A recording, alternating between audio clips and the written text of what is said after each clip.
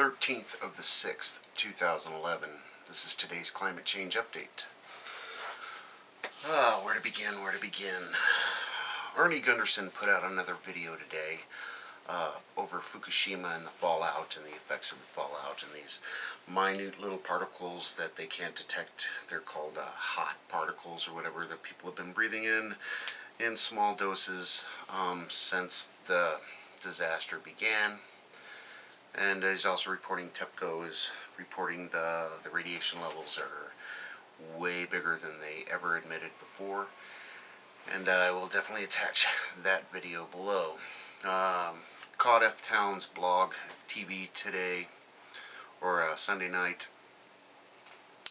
And very eye-opening things going on in the Middle East, in Syria, to do with China, Russia, the United States, and all the distractions and upheavals that are going on, along with the economy here in the United States and the rest of the world. So the pot is definitely being stirred, to say the least. And again, that's not usually my cup of tea, so I was just glad to see everybody out there. And thanks, F-Town. I really appreciate your work, brother. We're going to start with Earth's changes. Scott.net tonight. Wallow fire now likely to become Arizona's biggest fire ever. Authorities say a raging wildfire that could become the largest in Arizona history is now 5% contained after charring more than 38,600 acres and destroying 22 homes in Greer.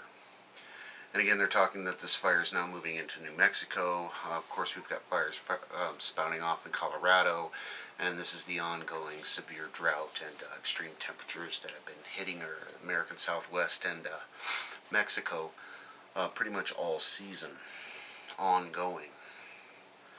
And we finally caught a break here in Iowa. It's actually pleasant here.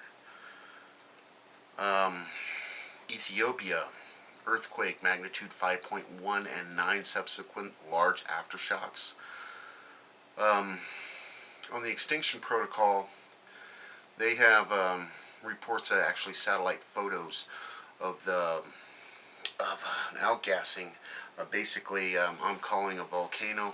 We have a large volcano erupting in Ethiopia. Again, on extinction protocol, they've got a story with actual ash plumes shown by satellite. To coincide with the earthquakes. Wildfires more rampant in Russia in 2011, spread over east. Now you remember last summer, Russia had all these extreme fires, historic levels, and it's pretty much destroyed a lot of their cropland to the point where they weren't exporting wheat anymore. Russia reported 186 wildfires burning in forests and peat bogs on Sunday, covering an area more than 3 times the size of that for the same period last year. So they're in line for a fire season 3 times as worse as they had last year. And if we all remember throughout the madness that has happened between now and last summer, just how extreme Russia fires were. Solomon Islands, dead fish found floating in lagoon. People in Central Moravo Lagoon in West have baffled over the sightings of dead fish floating in the lagoon since the weekend.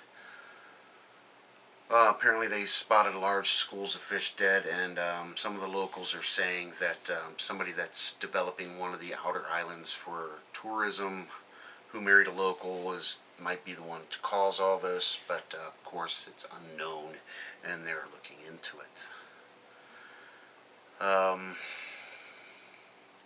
We've got a story about satellite images compared before and after shots of the Massachusetts tornado. Australian, New Zealand flights disrupted by Chilean volcanic eruption. And again, this isn't just a volcano going off in Chile. This is a fissure 6 miles long, 3 miles wide, that's split open in the Andes in between 2 former volcanoes. So this is a whole new deal. It's pushing just incredible amounts of ash into the air. Totally being underplayed in the media, and definitely a climate changer. Now we got another one going off in Ethiopia, so we have two major volcanoes erupting in the southern hemisphere, and they're in their winter, so we'll see. And we already got snow in Africa, where it's normally desert heated plains, so weather's already crazy in the southern hemisphere. My Australian and New Zealand subscribers, definitely look out. I know I do have some South Africans and some South Americans as well. You're in for it for sure. Chilean volcano eruption dwarfs Evagicule, that's the Icelandic eruption of 2010. And again, they are definitely shutting down. It's interrupting air flights in Australia and New Zealand already. This ash is being tracked pretty much around the southern hemisphere.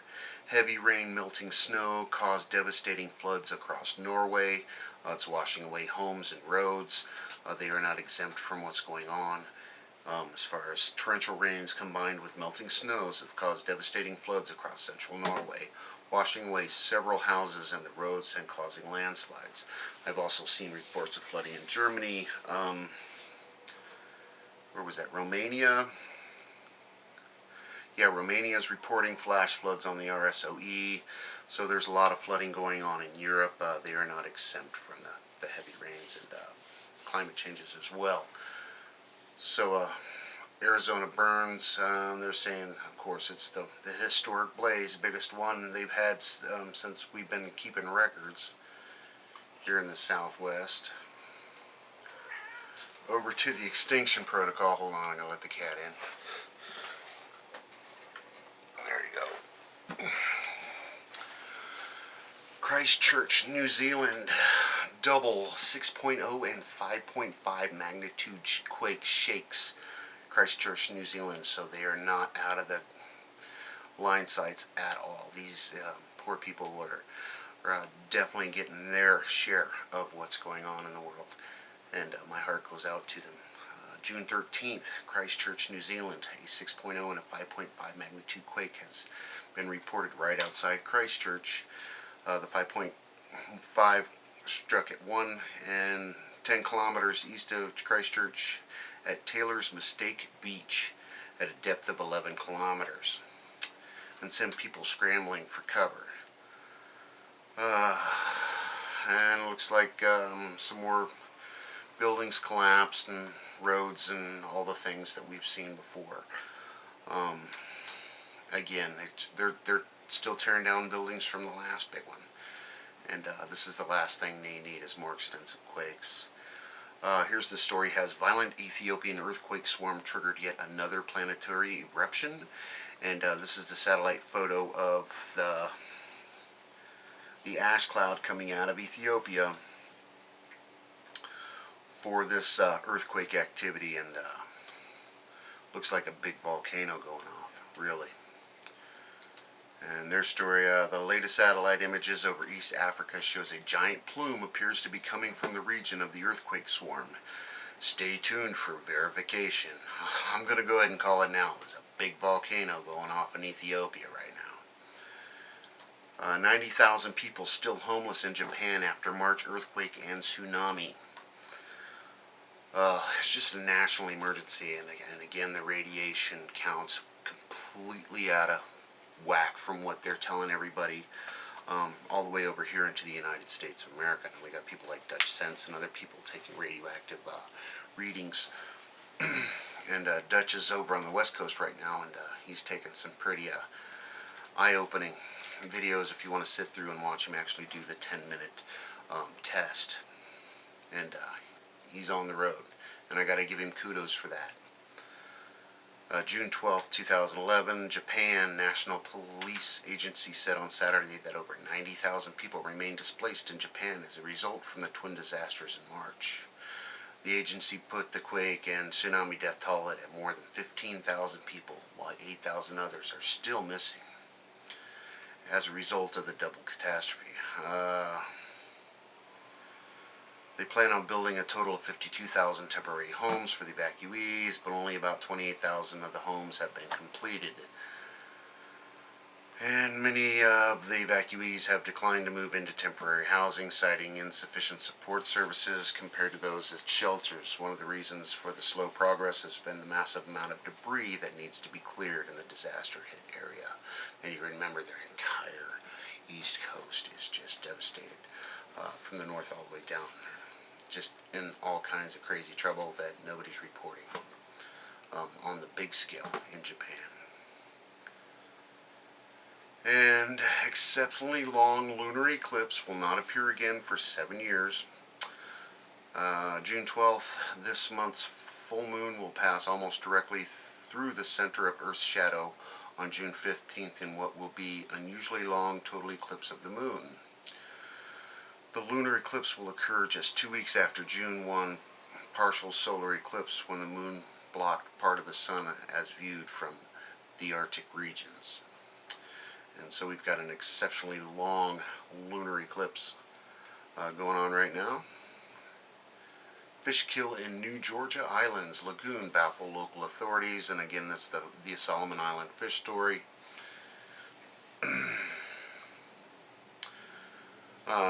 Triggers to Armageddon. Conflict tension points around the world increasing. Now, this is a story they put out over basically what F-Town's blog TV last night put out. Russia is voicing concern about a U.S. warship now just offshore in the Black Sea. The guided missile cruiser USS Monterey, blah blah blah, they're taking offense to that. China's flexing its muscles as far as their naval power, and Vietnam's asked for help, and the Philippines.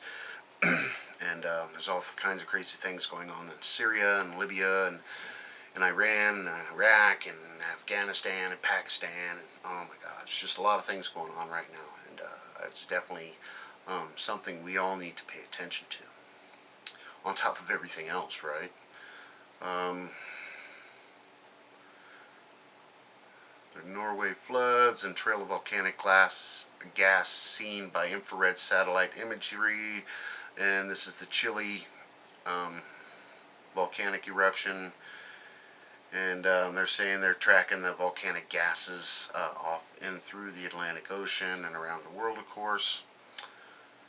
The RSOE is kind of lame today.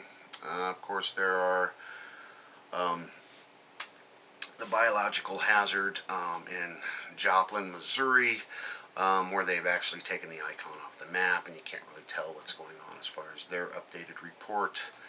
The Chilean volcanic activity, the forest fires in Arizona, and the E. coli European epidemic that is still ongoing. So that's about all I have for you today, and 13 minutes, that's probably long enough. Enjoy what you can. Thanks, everybody.